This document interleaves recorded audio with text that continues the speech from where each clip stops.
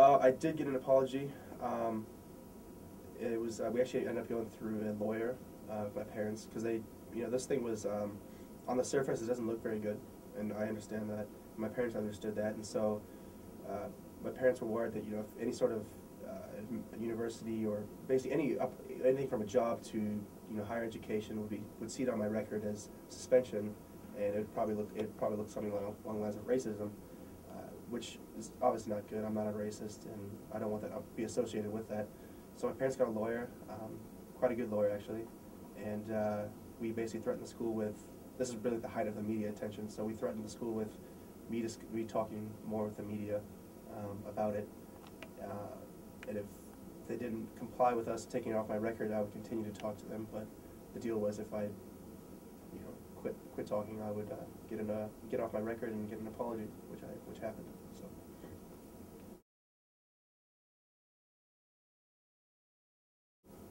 I think at the time I remember sitting in the principal's office thinking like, what am I doing? Like, why did I do this? This was such a bad idea, because I've never been suspended, never gotten in trouble at school ever, and here I am facing 5 days out of school suspension.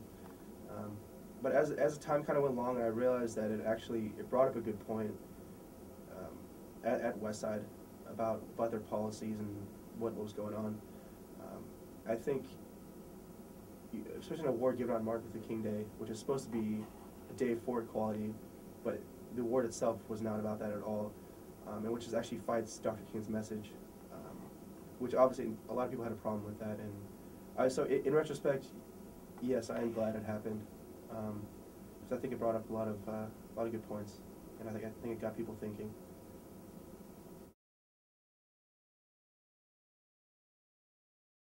I play club rugby here at UNL.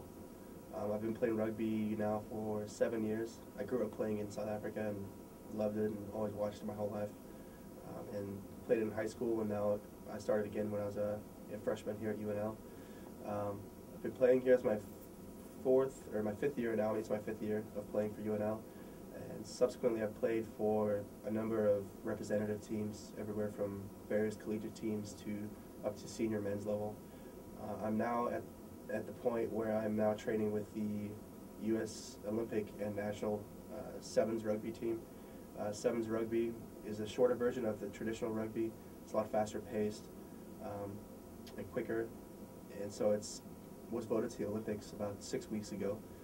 So we train out at the Olympic Training Center in San Diego, and it's a huge honor for me. I'm not quite there yet. I have probably, I just missed out on this last squad to go to Dubai in South Africa for international tournaments, but it's not really a question now if, it's kind of just when. I just have to get some more experience with the game, but no, things are going well. 2 years ago, my former rugby coach, he used to be on the U.S. bobsledding team, thought that I was a good candidate to actually make the team, so he got me a tryout with the U.S. bobsledding team. So in November of 2007, I traveled out to Salt Lake City, well actually it was Park City, Utah, which is just outside of Salt Lake City, and I went to the Olympic Training Center out there, and basically did bobsledding for a week. I had no experience with it before, but it was kind of just threw me right into it. The first day I got there, just had a couple dry runs, just getting into the sled, and then from there on out, it was just training every day, going down, I guess I don't even know, the track, the ice track. It was by far one of the craziest things I've ever done. You're hitting about 80 miles an hour, you're hitting 5 Gs in the corners. I don't know what else to say. Probably the craziest roller coaster I've ever gone on, while being blindfolded, essentially. So, I don't think I'm going to keep doing it again, though. I'm more focused on rugby now. But I did it for 1 season. I enjoyed it, and I think it's a good story to tell.